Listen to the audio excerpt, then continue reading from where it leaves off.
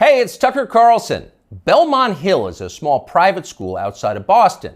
It's not famous for its athletics. The school's mascot isn't even an animal. It's an 18th century navigational tool, the Belmont Hill Sextants. It doesn't even make sense. So when it comes to sports, Belmont Hill is not trying very hard. But the school's athletic program can claim at least one important footnote to history. In 1975, its football roster contained two names that you will recognize even now, Mark Milley and Richard Levine. Milley is now the chairman of the Joint Chiefs of Staff. Levine, of course, is our country's most famous admiral.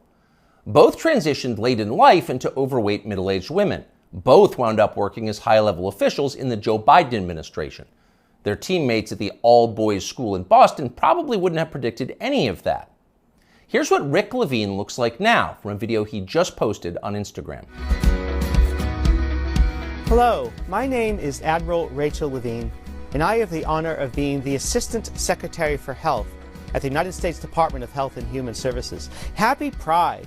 Happy Pride Month, and actually, let's declare it a summer of pride. Happy Summer of Pride. Happy Summer of Pride!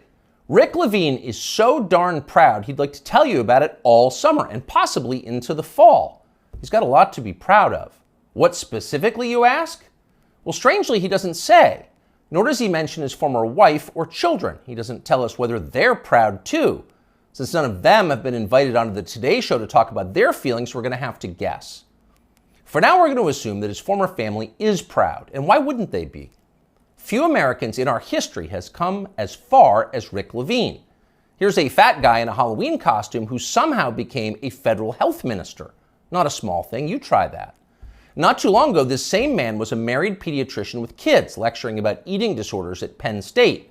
Now he's emerged as a path-breaking Lady Admiral with medals on his chest. And he did all of that without winning a single naval battle, or even being female. It's pretty inspiring. What we have here is living proof that in this country, you really can be whatever you want to be. If Rick Levine can become Admiral Rachel, why can't you be Napoleon? Or Lord Mountbatten, the last Viceroy of India. Ever see that guy's uniform? Or why not Shaka, the legendary Zulu war chief? You could bring your assegai and leopard hide shield to work at Deloitte and no one would be allowed to say a word about it. The HR department would have your back. Unfortunately, you can't actually do any of that. The point of Rick Levine's amazing transformation is not to free you from the inflexible husk that you were born in so that you can be more fully yourself, whatever you decide that is. No, that's not the point. Rick Levine's personal journey has nothing to do with you. It's about him. It's his journey. Your fantasies about becoming something totally new and different have not been approved yet. In fact, they're weird.